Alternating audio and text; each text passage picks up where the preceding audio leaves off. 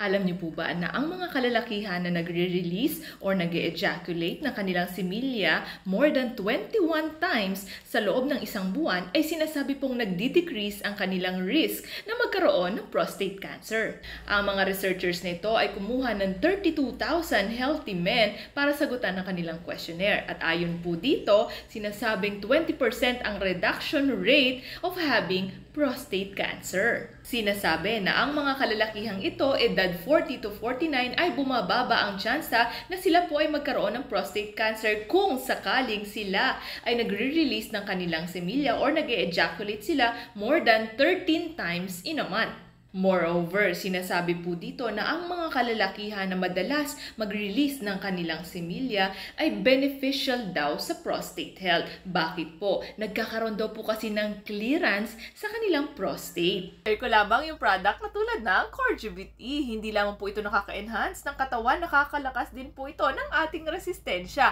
And kinokontrol po nito yung ating blood pressure at cholesterol. Iniiwasan din po nito na magkaroon tayo ng sakit sa puso. So kung ikaw ay mahilig sa mga matatabang pagkain, mas mainam pong mag-take ng Corgivit E, Korean ginseng plus vitamin E na mabibili lamang sa Lazada, Shopee, and sa Mercury Drug. So meron po tayong promo pack 8 plus 2. So meron tayong 10 capsules po sa ating promo pack na nagkakahalaga lamang ng 63.55 pesos standard retail price. So, at kung ikaw ay maramihang bumili, meron po tayong Corgivit E box of 200 na nagkakahalaga ng 1,588.13 SRP at ang Corgivit E Forte na box of 200 na nagkakahalaga ng 2,310 SRP. So ano pang hinihintay? I-try nyo na ang Corgivit E!